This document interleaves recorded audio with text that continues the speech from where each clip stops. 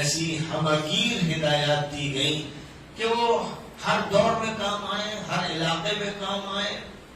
ہر طبقے کے لیے کام آئے. کہیں پر بھی یہ مسئلہ درپیش نہ ہو کہ یہ ہدایات تشنا ہے، ناکافی ہے. یہی وہ اساس و بنیاد ہے جس پر اسلام کی عمارت کھڑی ہوئی ہے، اور اللہ تعالیٰ کی شریعت اسی پر قائم ہے. اسی وجہ سے اللہ کی شریعت میں کبھی بھی کسی دور میں کسی علاقے میں تبدیلی کی ضرورت نہیں ہوئی. دنیا میں جو قوانین بنتے ہیں، ملکوں کے قوانین بنتے ہیں، اور جو لیجسلیٹو کونسلز قوانین تیار کرتی ہیں، جو بل پاس ہوتے ہیں، لیکن کہ وہ محدود انسانی ذہنوں کا سوچ ہوتا ہے، ان کا نتیجہ فکر ہوتا ہے. تو وہ جو فیصلہ کرتے ہیں، بعد میں آنے والے اس فیصلے کو بدل دیتے ہیں. اسی وقت بہت سے لوگ جو موجود ہوتے ہیں وہ اس فیصلے سے اختلاف کرتے ہیں، اور دنیا کے دوسرے ملکوں میں وہ فیصلے چل نہیں سکتے، کیونکہ انسان کا دماغ محدود ہے. اللہ نے فرمایا وَمَا أُوتِيتُم مِّنَ الْعِلْمِ إِلَّا قَلِيلًا، تمہیں جو علم دیا گیا ہے وہ بہت تھوڑا سا دیا گیا ہے. تو تھوڑا سا علم کسی ایک انسان کو نہیں دیا گیا، تمام انسانوں کو ملا کر اگر علم جمع کیا جائے تو اللہ کے علم کے مقابلے میں سمندر کا ایک قطرہ بھی نہیں. لہذا تمام انسان اپنا دماغ لڑا دے تب بھی وہ کوئی ایسا قانون نہیں بنا سکتے جو ہر دور میں چلے، ہر علاقے میں چلے، ہر طبقے کے لیے چلے. یہ امتیاز صرف اللہ تعالیٰ کے قانون کو حاصل ہے، اللہ کی شریعت کو حاصل ہے، اللہ کے دین کو حاصل ہے. اس لیے اللہ کا دین مراکش میں چل رہا ہو یا انڈونیشیا میں چل رہا ہو، عرب ممالک میں یا عجم ممالک میں، مسلمان جہاں اقلیت میں ہے جہاں اکثریت میں ہے، جو اللہ کے قوانین ہیں. خوب یاد رکھیے، انسانوں کے قوانین نہیں. انسان جب سوچتے ہیں اللہ کے قوانین پر غور کر کے کسی بات تک پہنچتے ہیں تو وہ انسانی نتیجہ فکر ہوتا ہے، جس کو فقہ کہتے ہیں. لیکن اللہ کی شریعت، قرآن میں جس شریعت کو بیان کیا گیا ہے، اللہ کے فرمان، اللہ کے قوانین، اللہ کے اوامر، اللہ کی نواہی، ان میں رد و بدل نہیں ہو سکتا ہے، وہ قطعی ہے. تو دونوں باتوں کو سمجھنے کی ضرورت ہے. ایک وہ کوشش ہے جو کوئی مجتہد کرتا ہے، کوئی فقیہ کرتا ہے، کوئی مفکر کرتا ہے، اس میں رد و بدل ہو سکتا ہے. لیکن اللہ کی طرف سے جو بات کہی گئی اس میں رد و بدل نہیں ہو سکتا. اس لیے ظاہر ہے کہ قرآن پاک میں جو طریقہ نماز کا بتا دیا گیا، روزے کا بتا دیا گیا،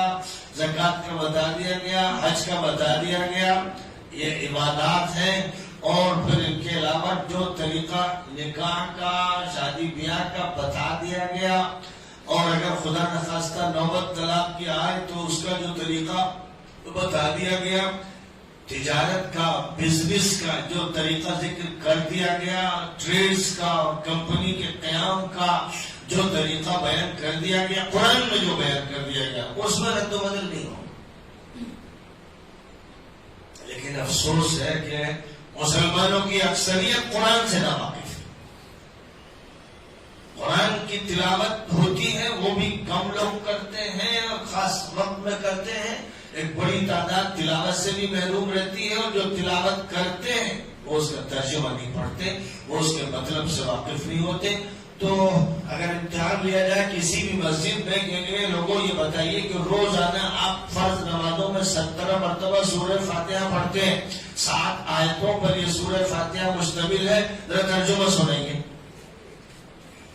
اسی مسجد میں اگر میں یہ سوال کروں کہ اٹھے وہ لوگ جو ترجمہ سورۃ الفاتحہ کا جانتے ہو، مطلب جانتے ہو، معنی جانتے ہو، تو میں نہیں کہہ سکتا کہ کتنے لوگ اٹھ سکیں.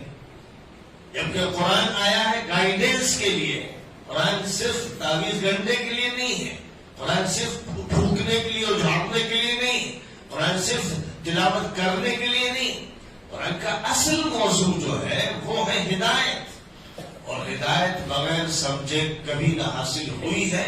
نہ ہوگی. ہدایت کے لیے سمجھنا لازم ہے.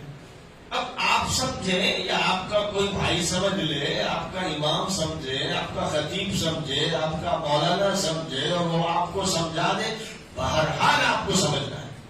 بالواسطہ سمجھیے یا بلا واسطہ سمجھیے، اس کے بغیر چارہ کار نہیں۔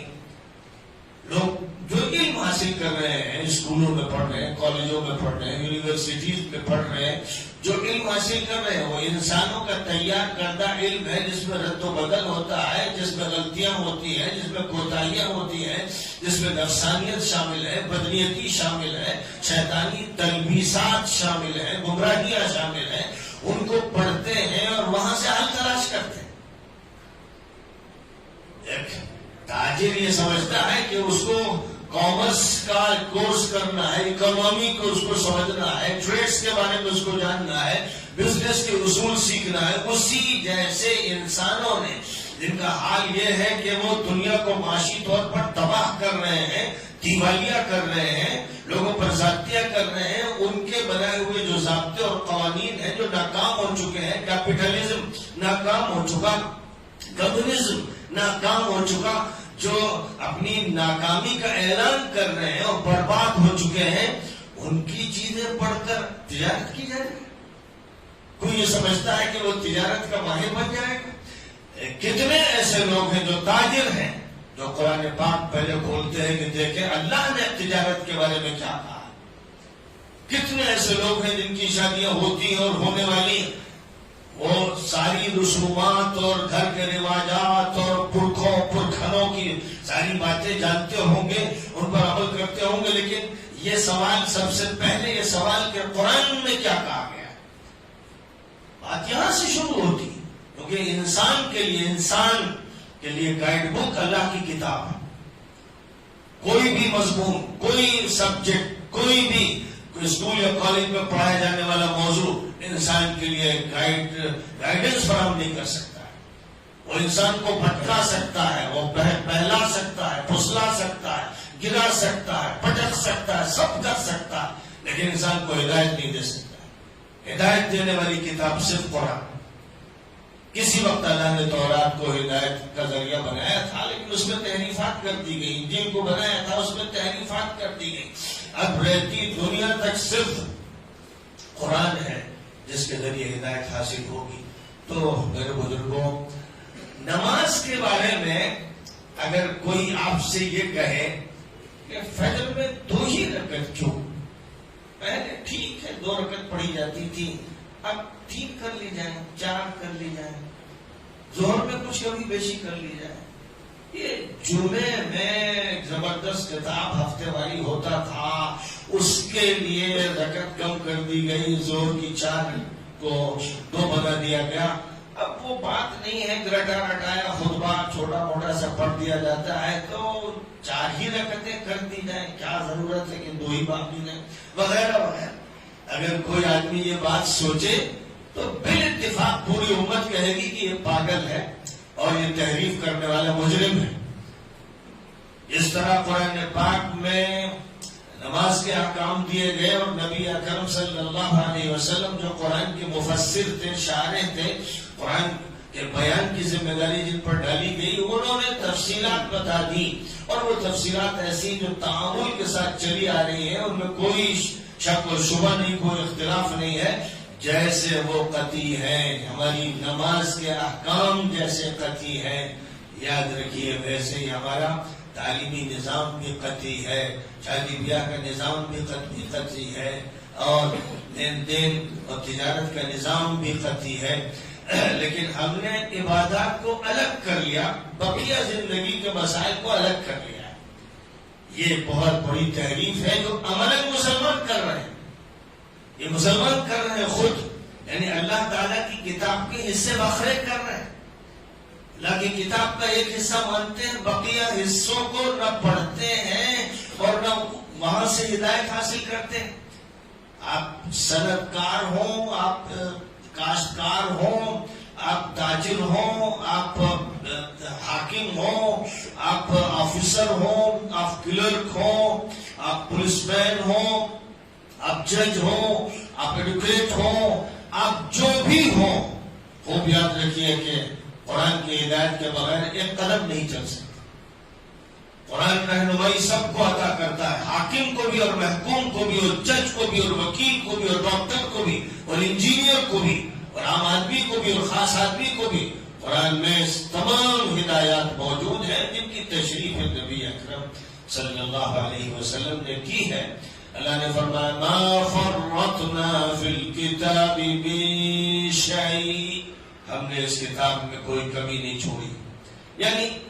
جو چیزیں کانسٹیٹیوشنل ہیں، جو دستوری ہیں،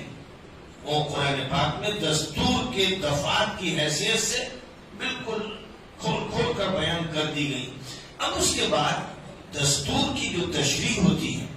اس کا جو ایکسپلینیشن ہوتا ہے، اور پھر خاص طور پر عملی جو شکل ہوتی ہے، اس کے لیے اللہ تعالی نے فرمایا وَأَنزَلْنَا إِلَيْكَ الذِّكْرَ لِتُبَيِّنَ لِلنَّاسِ مَا نُزِّلَ إِلَيْهِمْ وَلَعَلَّهُمْ يَتَفَكَّرُونَ۔ اے نبی، ہم نے آپ کی طرف یہ نصیحت نامہ اتارا ہے تاکہ آپ لوگوں کے سامنے کھول کھول کر بتا دیں کہ کیا اتارا گیا، پھر وہ صحیح غور و فکر کر سکے۔ یعنی اللہ نے اپنے نبی پر یہ ذمہ داری ڈالی ہے کہ وہ بتائیں کہ جب قرآن میں کہا گیا اقیموا الصلاۃ، نماز قائم کرو، تو کیا مطلب قائم کرنے کا مطلب کیا ہے کہ کوئی بیٹھا ہے تو اسے اٹھا دیں، کوئی سو رہا ہے تو اسے جگا دیں، کوئی سست ہے تو اسے متحرک کر دیں، کیا مطلب ہے اقامت صلاۃ کا؟ اب نبی اکرم صلی اللہ علیہ وسلم نے بتایا کہ اقامت صلاۃ کا یہ طریقہ کار ہے کہ باقی بھی حاصل کی جائے اور صدر کا اہتمام کیا جائے، قبلے کی طرف رخ کیا جائے، اور جو لباس بہتر ہے اس کا استعمال کرتے ہوئے اللہ کی طرف دل کو متوجہ کر دیا جائے اور اپنے جسم کو کعبے کی طرف متوجہ کر دیا جائے، اور اللہ کی کبریائی سے بات شروع کی جائے، اللہ اکبر، اور اس طرح نماز کے حرم میں داخلہ ہو جائے۔ اور جب نماز کے حرم میں داخلہ ہو جائے گا تو اب کسی سے بات نہیں ہوگی، نہ سلام کیا جائے گا، نہ سلام کا جواب دیا جائے گا، نہ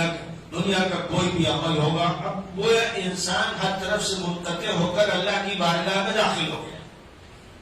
اس لیے پوری یکسوئی کے ساتھ وہ اللہ کی حمد و ثنا کرے گا، اللہ کی تسبیح بیان کرے گا، اس کی عظمت بیان کرے گا۔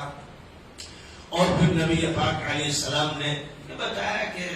تعوذ اعوذ باللہ من الشیطان الرجیم بھی پڑھ لے گا، بلند آواز سے نہیں پڑھے گا، اسی طرح بسم اللہ الرحمن الرحیم پڑھے گا، پھر وہ الحمدللہ رب العالمین سورہ پڑھے گا، سورۃ الفاتحہ۔ اس کے بعد کوئی چھوٹی سورہ یا بڑی سورہ یا چند آیات پڑھی جائیں گی، پھر اس کے بعد اللہ اکبر کہتے ہوئے رکوع میں جانا ہوگا، ہاتھ گھٹنوں پر رکھ دینے ہوں گے، ہاتھوں کو بھی تان کر رکھنا ہوگا، پیٹھ کو بالکل پٹھنے کی طرح برابر کر دینا ہوگا، سر بھی پیٹھ کے برابر ہوگا، نہ اونچا ہوگا نہ نیچا ہوگا، اور اس کے بعد سمع اللہ لمن حمدہ کہتے ہوئے کھڑا ہوا جائے گا، اور بالکل سیدھے جب کھڑے ہو جائیں گے، یعنی کہ ابھی پوری طرح کھڑے نہیں ہوئے، جھکے ہوئے تھے، اسی حالت میں سجدے میں چلے گئے تو یہ قوما معتبر نہیں، بالکل سیدھے کھڑے ہو جائیں گے، سکون ہو جائے گا، اطمینان ہو جائے گا، پھر اللہ اکبر کہہ کر اب اس طرح سے سجدہ ہوگا کہ پیشانی بھی رکھ دی جائے گی زمین پر، اور ناک کا واسطہ رکھ دیا جائے گا، ہاتھ بچھا دیے جائیں گے، گھٹنے رکھ دیے جائیں گے، پیر کی انگلیاں بھی قبلے کی طرف موڑ دی جائیں گی۔ یہ ساری تفصیلات نبی نے بتائی، قرآن میں یہ تفصیلات نہیں، لیکن قرآن میں جو بات کہی گئی، جو بنیادی بات کہی گئی، جو کانسٹیٹیوشنل بات کہی گئی، جو دستوری بات کہی گئی، اس دستور کی تشریح نبی اکرم صلی اللہ علیہ وسلم نے فرمائی۔ بس میں نے یہ مثال دی کہ نماز پوری زندگی کی چولیں درست کرنے کے لیے اللہ کی طرف سے ایک جامع عبادت عطا کی گئی ہے۔ نماز ایک مثال ہے، نماز جس طرح سے پڑھی جاتی ہے کہ جماعت بھی ہوتی ہے، ایک امام بنایا جاتا ہے، اپنا ایک قائد طے کیا جاتا ہے، اور اس کے بعد اس کی تکبیرات کے مطابق سارے مقتدی عمل کرتے ہیں، اور جس کو امام بنایا جاتا ہے اس پر کچھ ذمہ داریاں ڈالی گئی ہیں، جو مقتدی ہیں ان پر ذمہ داریاں ڈالی گئی ہیں، قرآن پاک کی صورتیں اور آیات پڑھی جاتی ہیں، اور رکوع اور قومہ اور سجدہ اور جلسہ یہ سارا عمل کیا جاتا ہے۔ پھر اس کے بعد بعد اخیرہ ہوتا ہے، تحیات کا اور صلوات علی النبی کا اہتمام ہوتا ہے، دعائیں ہوتی ہیں، سلام پھیرا جاتا ہے۔ یہ نماز کا جو چوکھٹا ہے، اس کا ایک سسٹم ہے، بالکل اسی طرح پوری زندگی کو بنانا ہے۔ آپ کی پوری زندگی کو نماز کی ترتیب پر ڈھالا جانا ہے۔ یعنی آپ کی زندگی میں کوئی امام ہو، آپ کی زندگی بے امام کے نہ ہو، آپ کا کوئی امیر ہو، آپ کا کوئی ذمہ دار ہو، آپ کا کوئی ایسا مسئول ہو کہ جس کی طرف آپ رجوع کریں اور جو آپ کو کچھ آرڈر دے سکے، اور ظاہر ہے کہ وہ آرڈر دے گا تو اللہ کے فرمان کو بتائے گا۔ اس کا کام صرف یہ ہے، اللہ و رسول سے ہٹ کر جو امیر، جو حاکم، جو سلطان، جو وزیر اعلیٰ، جو وزیر اعظم بات کرے گا، اس کے بعد قبول نہیں کی جائے گی، کیونکہ نبی پاک نے فرما دیا لا طاعت لمخلوق فی معصیت الخالق، کسی مخلوق کی اطاعت نہیں کی جائے گی جب خالق کی معصیت ہو رہی ہے۔ اگر اللہ کی نافرمانی ہو رہی ہے کہیں اور ہمارا حاکم، ہمارا جو سلطان وقت بنا ہوا وہ ہم سے وہ کام کروانا چاہتا ہے تو ہم اس کی بات نہیں مانیں گے، ہم اس کے خلاف عمل کریں گے، اس کی بات کو رد کر دیں گے، کیونکہ یہی ہمیں حکم دیا گیا۔ ہم اللہ کی بات مانیں گے، اللہ کے رسول کی بات مانیں گے، اور اللہ اور رسول کے تابع جو امیر ہوگا اس کی مانیں گے۔ اس لیے فرمایا یا ایھا الذین آمنوا اطیعوا اللہ واطیعوا الرسول واولی الامر منکم۔ اے ایمان والو، اللہ کی اطاعت کرو اور اللہ کے رسول کی اطاعت کرو، جو تمہارے ذمہ دار ہو ان کی اطاعت کرو۔ فإن تنازعتم فی شیء، اور اگر تمہارا کوئی جھگڑا ہو جائے، کوئی اختلاف ہو جائے اپنے امیر سے، اپنے ذمہ دار سے، فردوہ الی اللہ والرسول، تو پھر مسئلے کو اللہ اور رسول کی بارگاہ میں پیش کرو، پھر وہ فیصلہ کریں گے۔ پھر فیصلہ امیر کا نہیں چلے گا، پھر فیصلہ کسی بڑے کا نہیں چلے گا، چودھری کا نہیں چلے گا، متولی کا نہیں چلے گا، کسی بڑے سے بڑے دولت مند کا نہیں چلے گا۔ فیصلہ اللہ اور رسول کا ہوگا، یعنی کتاب اللہ اور سنت رسول اللہ صلی اللہ علیہ وسلم کی بنیاد پر پھر فیصلہ ہوگا۔ یہ وہ چیز ہے جس نے امت کو متحد رکھا، جوڑے رکھا۔ آج اسی کی ضرورت ہے کہ امت قرآن اور سنت کی بنیاد پر اتنی مضبوط ہو جائے، سد سکندری بن جائے، دیوار چین اس کے سامنے مات ہو جائے، کہ وقت کے تمام طاقت والے یہ سمجھ لیں کہ مسلمانوں کو جھکایا نہیں جا سکتا، دبایا نہیں جا سکتا، ہٹایا نہیں جا سکتا۔ یہ میسج ان کو عملاً جائے، ہمارے عمل سے جائے، کہ جیسے اپنی نماز پہ اللہ کی اور رسول اللہ کی اطاعت کرتے ہیں، ویسے یہ اطاعت کریں گے معاشرتی مسائل میں، معاملات میں، تجارت میں، لین دین میں، ملازمتوں میں، کہیں پر بھی ان کی شریعت میں کٹوتی نہیں ہو سکتی۔ یہ عمل ہمارا سامنے آنا چاہیے، اور جب یہ عمل پوری قوت کے ساتھ سامنے آئے گا تو دنیا کی کوئی حکومت ہمارا بال پیکا نہیں کر سکتی، کوئی طاقت ہمیں نقصان نہیں پہنچا سکتی، کیونکہ ہم اپنے عمل کے ذمہ دار ہیں اور اللہ کے سامنے جواب دیں۔ ہم کسی کے غلام نہیں، غلامی ہے اللہ کی، اور پھر اللہ کی ماتحتی و رسول اللہ کی صلی اللہ علیہ وسلم۔ یہ سب سے اہم پیغام ہے۔ مسلمانوں کو چاہیے کہ وہ پوری طرح سے بیدار رہیں، اپنی صفوں میں اتحاد پیدا کریں، انتشار کسی حالت میں نہ ہونے دیں، کیونکہ قرآن کہتا ہے وَأَنَّ هَٰذِهِ أُمَّتُكُمْ أُمَّةً وَاحِدَةً، یہ تمہاری امت ایک امت ہے، اس امت میں اس سے بخلے نہیں ہوں گے، اس کو توڑا نہیں جائے گا، فرقے نہیں بنائے جائیں گے، امت ایک امت۔ یہ قرآن کہہ رہا ہے، یعنی ہمارا کانسٹیٹیوشن کہہ رہا ہے۔ اس لیے اس کے علاوہ اگر کوئی بات ادھر ادھر سے آتی ہے تو اس کو کنارے ڈال دیجیے۔ ہر حالت میں امت کو ایک رہنا ہے، اور امت میں اتحاد ہوگا، اور پھر یہ امت قرآن اور سنت کو مرجع بنائے گی، ان کی طرف رجوع کرے گی، تو انشاءاللہ گمراہی نہیں ہو سکتی۔ آج کل بہت سے فتنہ پرور ہیں جو فتنے پیدا کر رہے ہیں، اور بعض تو اتنے گھٹیا اور کمینے لوگ ہیں کہ مجھے حیرت ہوتی ہے کہ لوگ ان سے کیسے متاثر ہو رہے ہیں۔ ایک نام شکیل کا لیا جاتا ہے، ایک کمینہ انسان، گھٹیا انسان، ایک پاگل انسان، اس سے متاثر ہوتے ہیں لوگ۔ مجھے حیرت اس پر ہوتی ہے، بھئی کوئی ایسا انسان ہو جو پوری دنیا میں مانا جاتا ہو، جس کی حیثیت ہو، اس کے فہم قرآن، اس کے فہم سنت، اس کے عمل صالح پر امت میں اعتماد ہو تو ایک بات ہو سکتی ہے، لیکن ایک گھٹیا ذلیل کمینہ بے حیثیت انسان جو چاہے دعوے شروع کر دے اور بہت سے لوگ اس کو ماننا شروع کر دے، اس کا مطلب ہے کہ لوگوں کا دماغ مسخ ہو گیا ہے، لوگوں کے اندر فہم کی صلاحیت نہیں رہ گئی ہے، اور لوگ شکار ہونے کے لیے تیار بیٹھے رہتے ہیں، کوئی بھی فتنہ کھڑا کر دے اور اس فتنے میں مبتلا ہو جائے۔ اس لیے تمام فتنوں سے بچنے کا ایک راستہ ہے، اور وہ ایک اللہ کی کتاب اور نبی پاک علیہ الصلوۃ والسلام کی سنت، یہی بنیاد رہیں گی۔ ان کے علاوہ ہمارے لیے کوئی مرجع نہیں ہے، کوئی بنیاد نہیں ہے، کسی کی طرف ہم رجوع نہیں کریں گے۔ ہم اپنے امیر سے بھی جھگڑیں گے، حاکم سے بھی جھگڑیں گے۔ قرآن کہتا ہے فَإِن تَنَازَعْتُمْ فِي شَيْءٍ، تو بھی اللہ اور رسول اللہ کی طرف رجوع کریں گے۔ اس لیے ہم پر نہ کسی کی طاقت چلے گی، نہ کسی کی دھوس چلے گی، نہ کسی کی لالچ چلے گی، اور نہ کسی کے ہیلے اور قید اور مکر چلے گا۔ سب ناکام ہو جائیں گے جب ہماری بنیادیں مضبوط ہوں گی۔ اللہ تعالیٰ ہم سب کو توفیق عطا فرمائے اور حق پر مضبوطی سے جمنے کی صلاحیت نصیب فرمائے۔ وآخر دعوانا